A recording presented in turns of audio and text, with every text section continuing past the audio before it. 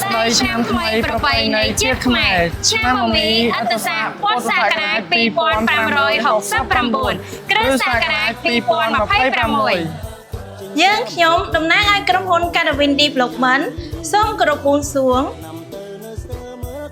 ដល់ទេវតាឆ្នាំថ្មីព្រះនាមរាជាសារទេវីសូមប្រោសប្រទានពរជ័យដល់សម្ដេចទ្រង់ឯកឧត្តមលោកជំទាវលោកស្រីអ្នកនាងកញ្ញានិងអតិថិជនជាទីស្រឡាញ់សូមទទួលបាននូវពរជ័យសិរីមង្គលវិបុលសុខមហាប្រសើរនិងជោគជ័យចម្រើនរុងរឿងគ្រប់ភារកិច្ចការងារគ្រប់ក្រុមគ្រួសារខ្មែរសូមជូនពរសម្រាប់ការជួបជុំក្រុមគ្រួសារលេងល្បែងប្រជាប្រិយខ្មែរទទួលបាននូវភាពសប្បាយរីករាយ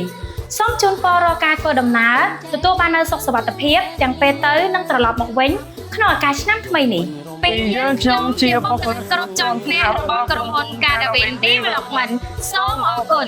តែថ្ងៃនេះហ៊ានសន្ទនា